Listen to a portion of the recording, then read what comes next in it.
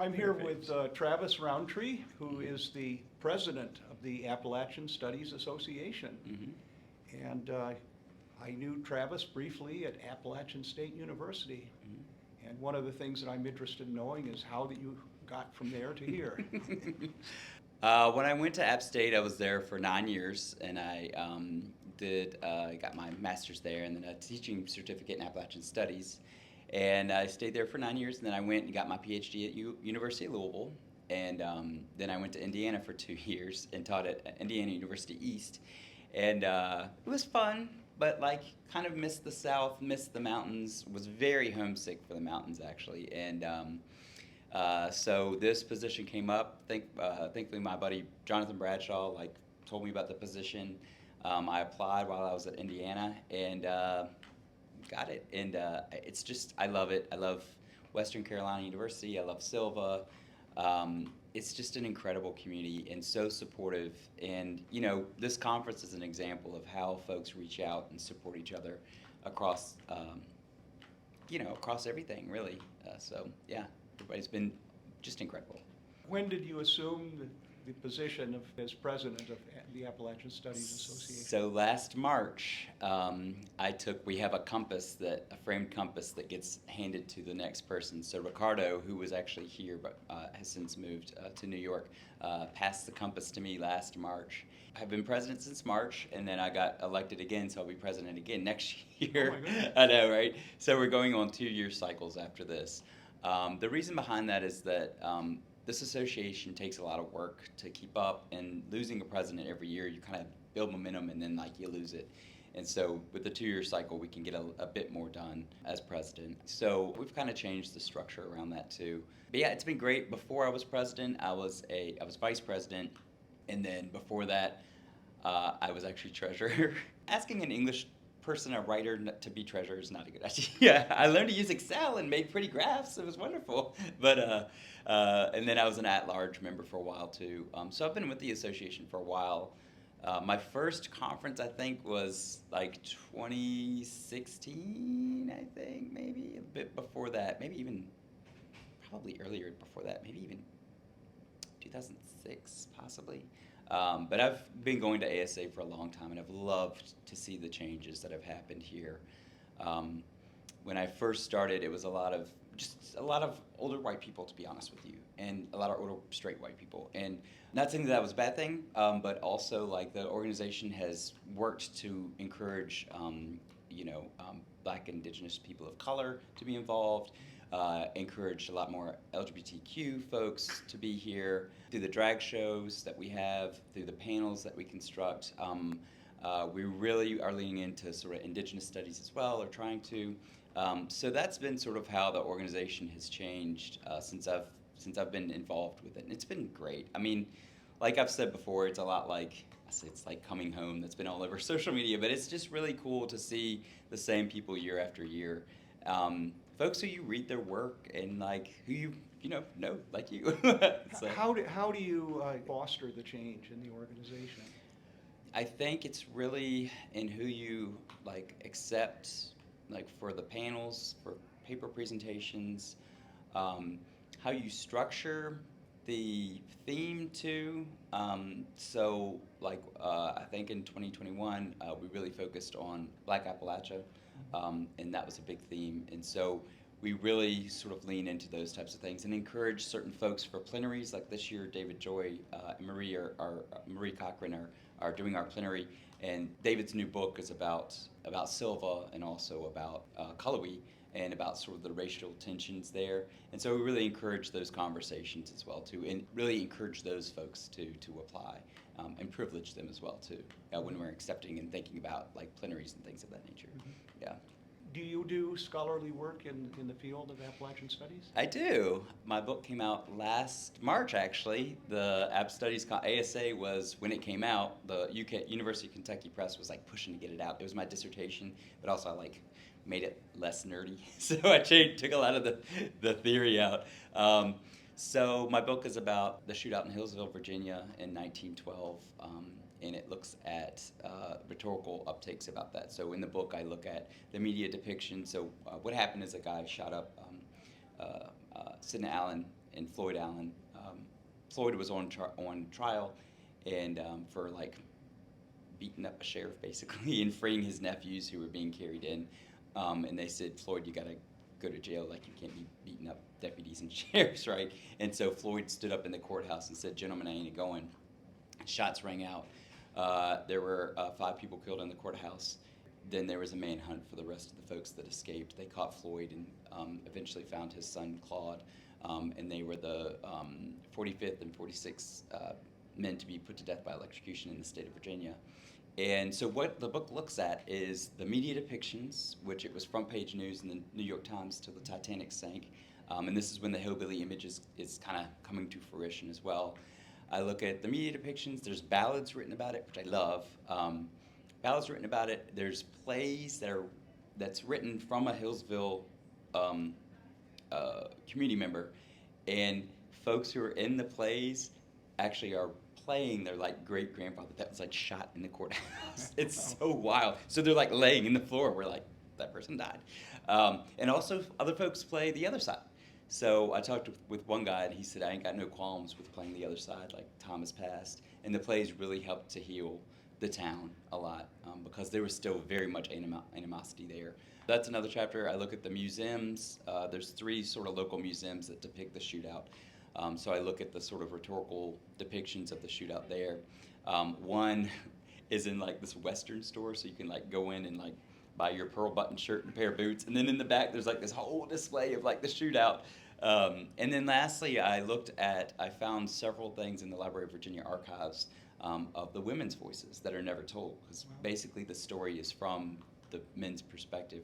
And so I have a couple of letters that I found there that are just super cool, and a lot of women chose to be silent and not sort of revisit that trauma, and there's power in that. And then I looked at some other folks as well too, but that was sort of the ending of that's one thing I'd love to dig back into is the feminist voices, because it's really cool. So, are you from voices. Virginia originally? I am from Richmond, Virginia, and the reason I kind of got onto this is that I had to write a paper for App State actually when I was getting my degree.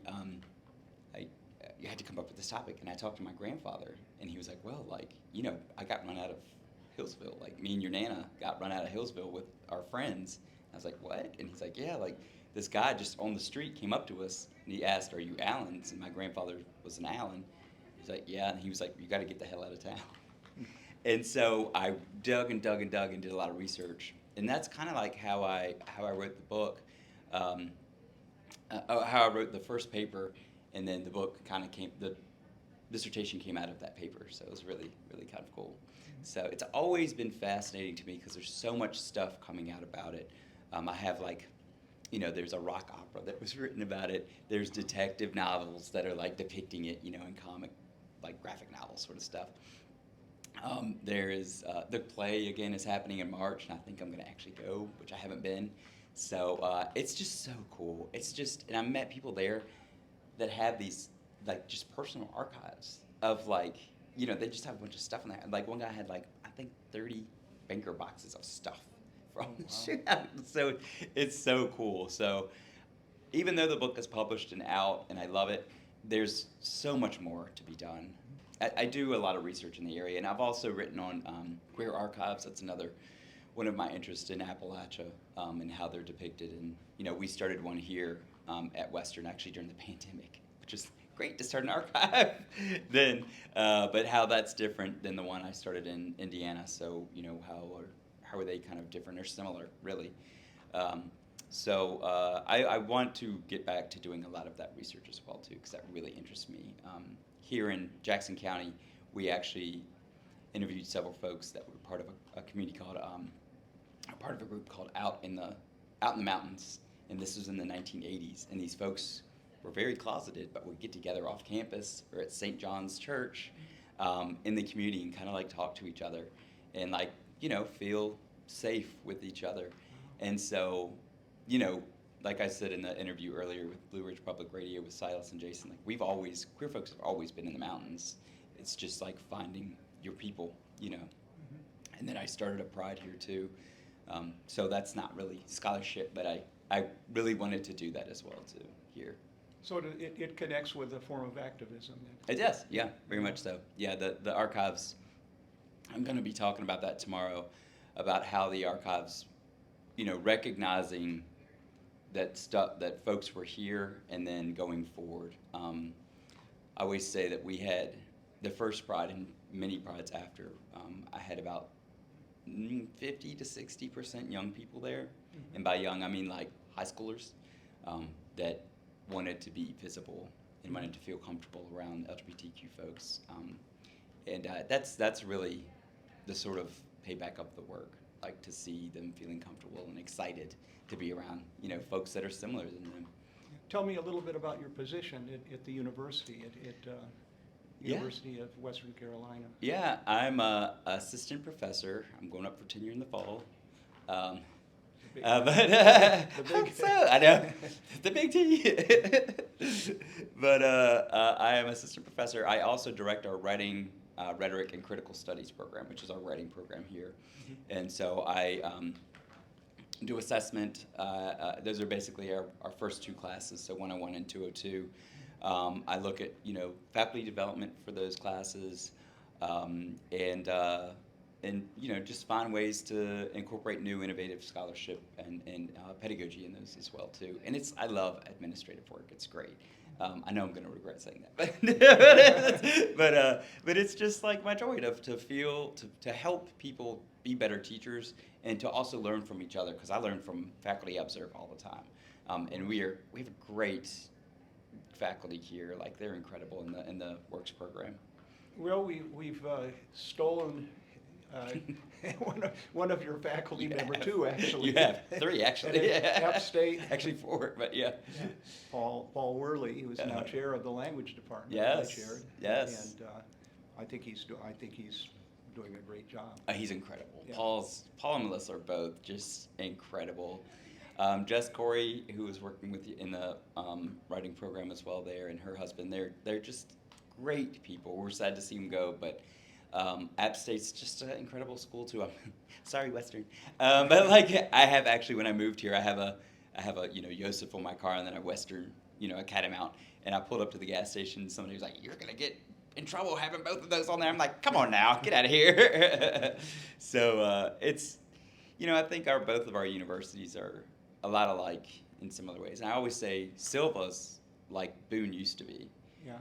When I first moved there. Yeah. Well, Boone has grown tremendously since I've been since 2010. Yeah. And it's almost unrecognizable. It is. I went. God, I was there last February because I saw Mavis Staples, who I love. And it was just, it's just so different, I still love Boone. I still have and I have a couple friends that are still there as well too. One that actually works at the university, actually two that work at the university. But yeah, it's just, I loved it. I mean, I didn't want to move, but I wanted to get a PhD, so had to go. So yeah. Well, on to better and greater things. Exactly. West of Boone, west of Asheville, even. Yes. We seem to be at a very tense juncture in our nation's history. Yes. And what I see in the Appalachian Studies Association is precisely that there has been a great effort to sort of broaden the inclusiveness of the organization, Yes. to include underrepresented groups of Yes.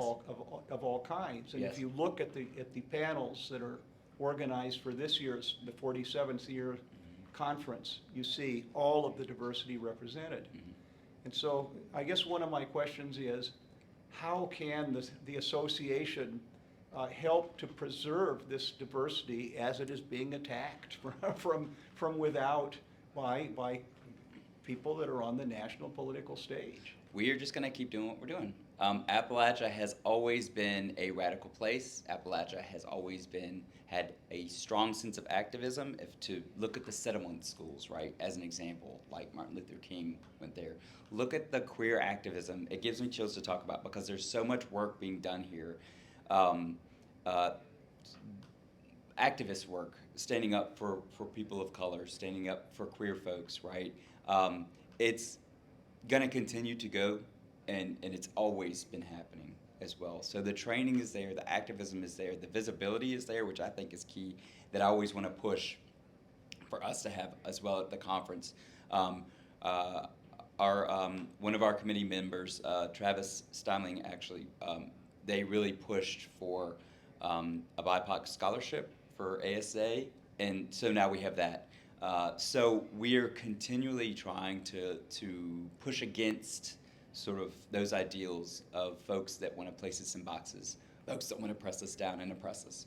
ASA will always stand for the region, and ASA hopes to be as radical as the region will be, because we're people from this region too. We're people from the mountains. We are strong folks, right, that stand up for what we believe and always have. In my own work as an activist, I mean, starting a pride in a little mountain town, like, it was kind of tough at first, but I did it, and yeah, were there bad things? Were there threats? Absolutely. But, you know, sometimes the loudest voices ain't the ones you got to listen to. You have to think about who's supporting you, right? So there's so many folks here that were so supportive of me in Silva and Jackson County, and I listen to those voices and I sort of find solace in those voices, including our town of Silva, that was super supportive of Pride in the years that I ran it, in the past 3 years that I ran it. And I think the same thing, you know, Silva sort of stands as a microcosm as Appalachia. You just have to find your people, you know where the love is to know who you need to talk to, and who you can find solace in, and who you can, you know, link up with. So, and I encourage folks to, like, reach out to ASA as well too if they're doing any kind of work like that. Like, I know Emily Satterwhite's doing a lot of pipeline work as well too. So, again, it's ASA is built up from so many folks in the region, and folks that are doing this work, that are protecting our land and protecting our people here, protecting oppressed communities as well too. Did you do anything new or different to organize and promote this year's conference? It's just astounding how many people are here. I know. I don't know. Like, I guess we have a lot of, I mean, Annette Clapsaddle's our keynote, and she's incredible. David Joy and Marie Cochran are our keynotes. And I think promoting those voices is a big thing. We did a 5K, which I ran this morning, which was amazing. They did one last year. We also provide space. So the drag show, which I actually started several years ago, because we would land in these cities and towns and you know, mountain communities, and then leave and not leave anything behind. So with the drag show, certain amounts of funds go to an LGBTQ community, and that started, I believe, when we were in Cincinnati. So I had my friend host, who was from Louisville, and we left a certain amount for a local LGBTQ community. So I think leaving that behind as well too. And this year we're promoting Cornbread and Roses, which is found in Silva, and they do all kinds of wonderful, like, food work and clothing and therapy and group work there as well too. So that's who lots of the money will be going to for tomorrow night's drag show. But I think, yeah, promote stuff this year. Just providing space, like at Camp Happy Appalachia, which is one of our oldest LGBTQ spaces. Like, you just create a space and have food for folks. This year, I just got back from there. A lot of people showed up. Last year, a lot of people showed up, and this year, a lot of people showed up. So we ran out of food. So next year, we're going to order more food for that. But I think creating space for those folks. This year, you know, it's been great. Like, a lot of people have come here, and I think just allowing space and benefiting the voices that have been oppressed is one way to do that. So, yeah. How many people registered? I don't know a solid number right now, but I know that we're getting close to 1,000, which is, we might beat Virginia Tech, which is wild to me. I mean, Virginia Tech is a big school. Western Carolina is nice, but, like, it's a wonderful school. I'm here. But Tech is a almighty school, right? So I am hugely impressed and thankful for everybody that showed up. I'm grateful for that. Where do you see yourself in 10 years? Here? Gosh, I don't know. Eventually, I would like to be department chair. And Annette Debo, my department chair now, is encouraging me to, kind of telling me about things. And of course, I have to, put my time in, and I understand that as an assistant professor. I hope to have at least one more book out. My next book is going to be on Dolly Parton, and that's all I'm going to say about that. I have a kind of idea that's sort of original. It's going to be a book of collected essays. I hope to have that book out. And I'd like to do something a little personal after that as well, which I won't give too much details about yet. Here in Silva still, 10 years from now. I am not leaving here. I bought a house. I love it. It's right downtown. I hope to serve in some capacity, maybe doing local community work still, however that looks, whether it's local government work or like at the library work or something like that. So yeah, that's how I see myself when I'm 52.